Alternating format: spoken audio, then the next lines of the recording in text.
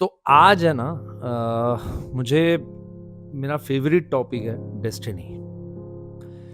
मतलब आप लोगों को नहीं लगता कि सब कुछ तय है? अगर मैं शांति से अध्ययन करूं कि लाइफ में कब, कहाँ, क्यों, कैसे कुछ हुआ या मेरे पास्ट में कैसे-कैसे कोई घटना घटी, तो मुझे बड़ा स्ट्रांगली ऐसा लगता है कि सब कुछ इतना प्री प्लान्ड है। मतलब हम लोग सब एक वीडियो गेम जैसे हैं। वीडियो गेम के या एक सॉफ्टवेयर मान लो कि जिसके अंदर के हम पपेट्स हैं, हम प्लेयर्स हैं। और ये इस हद तक सब तय है कि तुम उसके बाहर का ना तो सोच सकते हो, ना तो कुछ कर सकते हो। तुम बस करते जाते हो। मतलब अगर तुम ड्राइव कर रहे हो तो किस सिग्नल पे जाके तुम रुकोगे, वहाँ पे तुम्हारे बाजू में आके कौन खड़ा रहेगा, बैठेगा, तुमसे कोई बात करेगा, नहीं करेगा, झगड़ा हो जाएगा, वो सब कुछ फिक्स होता है। ऐसा आपका मानना है या नहीं है? प्लीज़ मुझे बताना। क्योंकि मैंने एक थेरेपी की थी, don't go outside, go inside. और अपने आप को जानने की, पहचानने की, ऐसे ही मतलब सोलफुल जर्नी मुझे करनी थी। उस वक़्त मैंने बहुत सारे कॉलम्स बनाए थे, बहुत सारे पोस्टर्स बनाए थे, जैसे weakness of life, problems of life, फिर surprises of life, shocks of life, miracles of life, ऐसे बहुत सारे कॉलम्स थे। मुझे ऐसा था कि प्रॉब्लम्स में तो भर ही जाएँगे, पर आपको जानकर हैरानी होगी कि प्रॉब्लम्स सिर्फ़ 4 ही थे मेरी लाइफ़ में, तब भी और अब भी। मतलब ये 3-4 साल पहले मैंने की थी ये थेरेपी, तब से मैं इसको फ़ॉलो करने की थोड़ी कोशिश करता हूँ, पर तब भी 4 प्रॉब्लम्स थे, आज भी 4 ही प्रॉब्लम्स हैं। And I personally believe that कि हेल्थ, करियर एंड रिलेशनशिप्स, ये 3 ही मुद्दे हैं, जिसके अंदर सब कवर हो जाता है। Health, not only you, but आप जिससे बेइंतहा मोहब्बत करते हैं, लगाव जिनसे होता है, उनकी हेल्थ भी अगर ठीक है या उनको कोई तकलीफ है, तो फिर आप खुश नहीं रहोगे। So health yours and theirs. फिर करियर आपका और आपके प्रियजनों का, परिवार का, मतलब जिसमें पैसा वैसा, ग्रोथ, वो सब आ जाता है। और relationships, not only love life but friends, families, अड़ोस पड़ोस, कोई भी हो। तो सारे प्रॉब्लम्स इर्द गिर्द इतने के ही घूमते रहते हैं, जो हमने अमूमन देखा है। सो प्रॉब्लम्स वाला सेक्शन खत्म हो गया। फिर मैंने जब स्ट्रेंथ ऑफ मानस, वीकनेस ऑफ मानस, ऐसे ऐसे भी बहुत सारे कॉलम्स बनाए थे, लेकिन फिर मैं चला गया मिरेकल्स ऑफ लाइफ के ऊपर। फिर मैं लिखता गया, लिखता गया, लिखता गया, लिखता गया, लिखता गया, जो जो मुझे याद आया बचपन से, जब से थोड़ा बहुत होश संभाला कि ये मेरी लाइफ में हुआ था, ये हुआ था, ये हुआ था, ये हुआ था।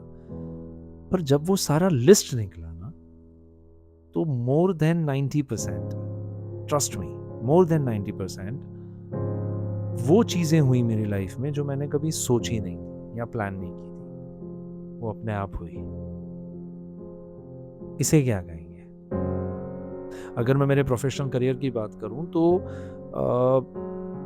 मैंने कई टीवी शोज किए, मोर देन 14-15 हो गए होंगे अब तो। उसमें से भी अगर 90% ऑफ शोज वो थे जिनके वहां पर मैंने कभी मेहनत नहीं की थी या ऑडिशन नहीं दिया था। सामने से या तो किसी ने रिकमेंड कर दिया, या फिर कोई मुझे रास्ते में मिल गया, या किसी ने बोला कि यहाँ पे कास्टिंग चल रहा है और मैंने ऐसे ही फ़ोन कर दिया और बोले, और मैं लॉक हो गया या फाइनल हो गया। तो वो ऐसा नहीं था जिसके लिए मैंने सपने देखे थे, मैंने दिन रात मेहनत की थी। इसलिए हो सकता है कि आर्टिस्टिक फील्ड में डेस्टिनी का बहुत बड़ा रोल हो, क्योंकि यहाँ पे मेहनत है, सब है, पर एक मौका हर एक को नहीं मिलता। कोई भी आर्टिस्ट ले लो आप, म्यूजिक डायरेक्टर, राइटर, पेंटर, कोई भी कलाकार जो एक आर्ट से अपना गुजारा करता है या फिर वो आर्ट के लिए पागल होता है, मैं उन सभी की बात कर रहा हूँ। सो फॉर देम डेस्टिनी का एक बहुत बड़ा रोल प्ले होता है, ऐसा मेरा पर्सनली मानना है। मतलब बाकी सारी फील्ड्स जो हम प्रोफेशनल करियर्स बोलते हैं ना, सीए, डॉक्टर या फिर लॉयर, बैंक, बैंकर, समथिंग, ये सब। ये लोग की एक पढ़ाई होती है और एक बुक होती है जिसके अंदर ही इनको पूरी लाइफ बितानी है और इनके अंदर ही इनको जीना है। उसके बाहर का उनका मतलब उसके अंदर ही सब कुछ होता है, एसेट्स, लायबिलिटीज, फलाना ढिमकाना। आर्ट है ना, कला कला तो वो है ना कि इट्स एन इमेजिनेटिव वर्ल्ड। तुम क्या इमेजिन करोगे पता ही नहीं है। जैसे पेंटर कई बार पेंटिंग करने बैठते हैं तो उन्होंने सोचा कुछ और होता है, बट वो करते करते कुछ और बन जाता है। ठीक उसी तरह films, serials, ads, acting, writing, music, कुछ भी कला ले लो आप, हर जगह पर आप करना कुछ और चाहोगे, हो कुछ और जाएगा। तो ये जो हो जाता है अपने आप, ये कैसे होता है? डेस्टिनी है ना। लेकिन अगर आप, अब मैं ये भी सवाल पूछ सकता हूँ आपसे कि अगर सब कुछ डेस्टिनी है तो फ्री विल जैसी कोई चीज़ ही नहीं है, इच्छा शक्ति, फिर हम मेहनत क्यों कर रहे हैं? फिर तो हमें मेहनत करना ही नहीं चाहिए फिर तो, है ना? पर ऐसा नहीं है।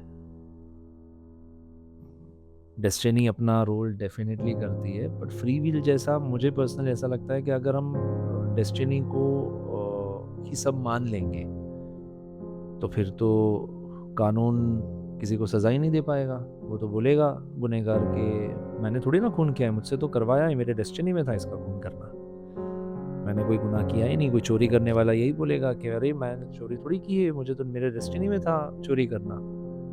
तो फिर उसे क्या कहेंगे? सो वहाँ पे हम इल्ज़ाम किस पे डालते हैं? मुजरिम पे, जिसने गुनाह किया, चोरी की, खून किया, जो भी किया समथिंग। तो अगर वहाँ हम डाल रहे हैं तो ऐसी बहुत सारी चीज़ें हैं जिसे हम ये कह सकते हैं ये हमने किया।